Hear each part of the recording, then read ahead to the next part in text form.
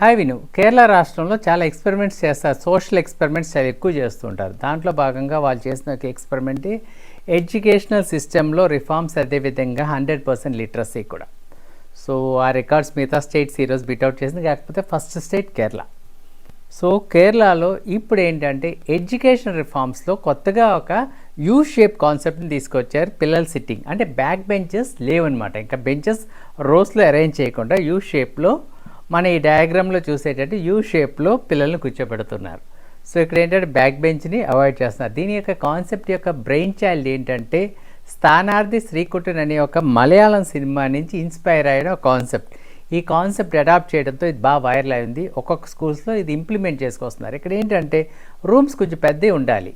So అదేవిధంగా ఇక్కడ ఏంటి అటెన్షన్ స్పాన్ ఈక్వల్గా ఉంటుంది, ఎవరిని ఇగ్నోర్ చేసినట్టు ఉండదు. అందరూ టీచర్కి ఐ టు ఐ కాంటాక్ట్లో టీచర్కి ఉంటారు, ఎందుకంటే యూ షేప్లో ఉంది కాబట్టి.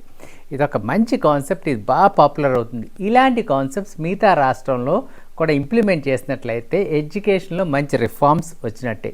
కానీ ఆ బ్యాక్ బెంచ్ మిస్ అవుతామండి. ఏంటంటే మనలో చాలామందికి ఆ బ్యాక్ బెంచ్ అంటే చాలా ఇష్టం. బ్యాక్ బెంచెస్ బాగా ఇష్టపడే రోజులు ఉన్నాయి. కాలేజ్ డేస్ అవ్వచ్చు, స్కూల్ డేస్ అవ్వచ్చు. మనం అంటూ ఉంటాం, నేను బ్యాక్ బెంచ్లో కూర్చొని ఈ అల్లరి చేశాను, అల్లరి చేశాను. ఇంకా నుంచి అల్లరి లేవన్నమాట ఈ కాన్సెప్ట్లో.